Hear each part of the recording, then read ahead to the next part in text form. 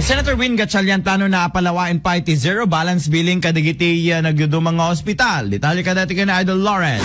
IFM News. IFM News. IFM News. National.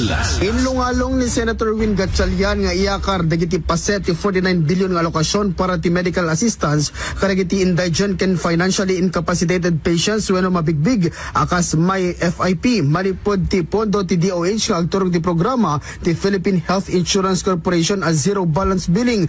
Kuna ni Senator Win, Chairman ti Senate Committee on Finance, akasapulan ang mareforma ti Universal Healthcare among ti access iti kada Pilipino iti de kalidad na serbisyo iti beneg sa lunat nga awan to ti problema iti pinansyal.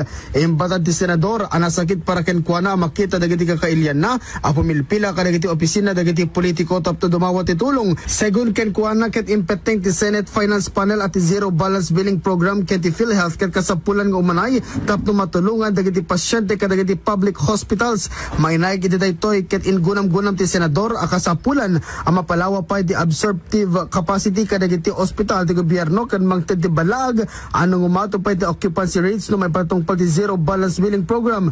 Panawenen tapno may palawa ti programa zero balance billing program ken mapaimbag pa dagiti health system amang mangted ti importansya ti dignidad dagiti kakailyan.